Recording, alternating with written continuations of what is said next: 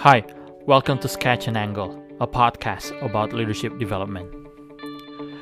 Each week, we share a thought or a theory from an expert in his field that displays the art of leadership. We then sketch an angle by commenting or sharing our views on that topic with the hope that we can add value to you. And now, here's your host, Heinz Fokas.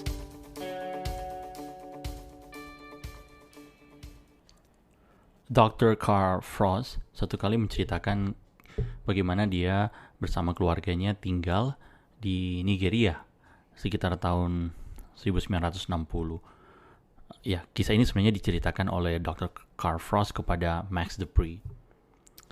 Jadi, di daerah di mana dia tinggal waktu itu bersama keluarganya di Nigeria, daerah itu sangat terkebelakang ya.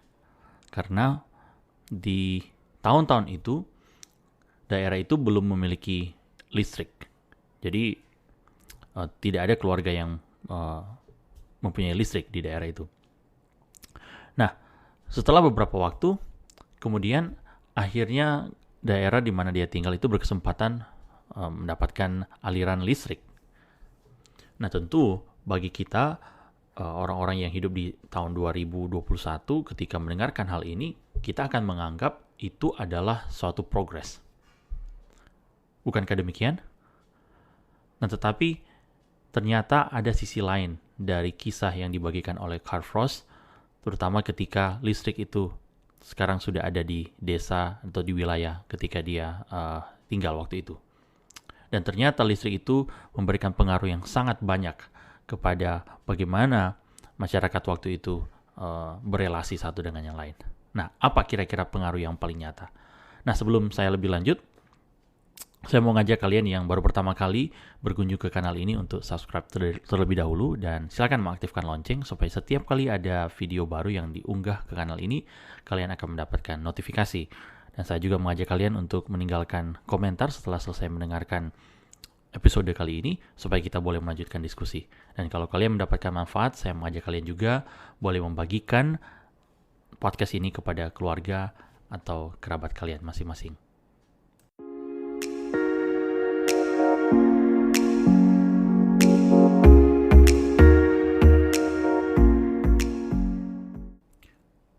Bagi kita orang modern, ketika kita mendengarkan kata listrik, tentunya kita akan mengasosiasikan hal tersebut dengan begitu banyak barang-barang yang ya tentu kita bisa manfaatkan karena ada keberadaan listrik itu sendiri. Ya, kita bisa lihat berbagai macam barang elektronik yang ada di rumah kita masing-masing.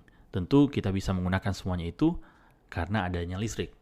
Nah, kembali ke kisah yang tadi saya bagikan. Nah, salah satu hal yang sangat menarik bagi masyarakat di desa di Nigeria waktu itu, sesuai dengan yang diceritakan oleh Dr. Carl Frost, adalah sekarang setiap rumah mereka itu sekarang memiliki bola lampu.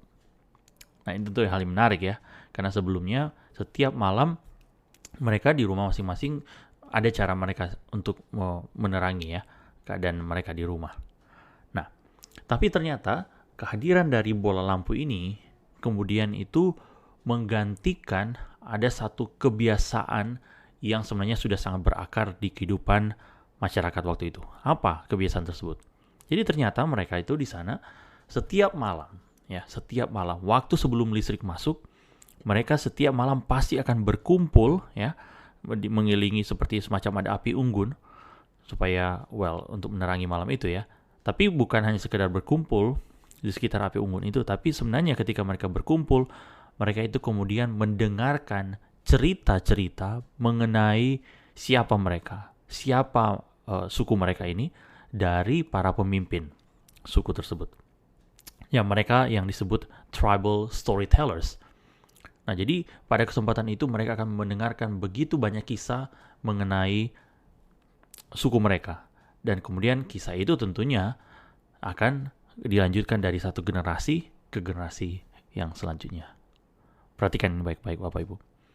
Jadi karena kehadiran dari bola lampu itu, ternyata sekarang suku tersebut kemudian perlahan-lahan makin kehilangan cerita atau sejarah dari keberadaan suku mereka. Suatu yang kontradiksi tentunya ya. Jadi kehadiran bola lampu yang sebenarnya harusnya menerangi, ya, tapi sekarang ternyata malah menyilaukan mereka atau membutakan mereka. Karena mereka tidak tahu lagi siapa mereka. Dan mereka perlahan-lahan makin kehilangan jati diri. Nah, sekarang kaitan dengan organisasi kita masing-masing. Pertanyaan sederhana yang ingin saya tanyakan pada kesempatan ini adalah, coba perhatikan di organisasi kalian, dimanapun kalian berada saat ini. Apakah organisasi kalian ini mempunyai yang saya sebutkan tadi, tribal storytellers, atau dalam kasus ini berarti organization storytellers? Apakah kalian mempunyai orang-orang ini? Apa yang menjadi cerita yang terus berulang-ulang diceritakan oleh mereka? Tentu cerita yang saya maksudkan adalah alasan mengapa organisasi atau perusahaan kalian ada, ya. Jadi itu kisah penting yang perlu terus diulang-ulang disampaikan dari satu generasi ke generasi yang lain, sehingga kita atau kalian yang dalam organisasi kalian konteks masing-masing tidak melupakan jati diri. Kenapa organisasi kalian itu ada? Nah, saya mengajak, kalau ternyata kalian punya pengalaman seperti ini, punya orang-orang di organisasi kalian yang kalian anggap sebagai organization storytellers, silakan boleh bagikan di kolom komentar, dan bagikan juga apa yang menjadi kisah yang mungkin kalian bisa bagikan ya, untuk menginspirasi pendengar podcast ini.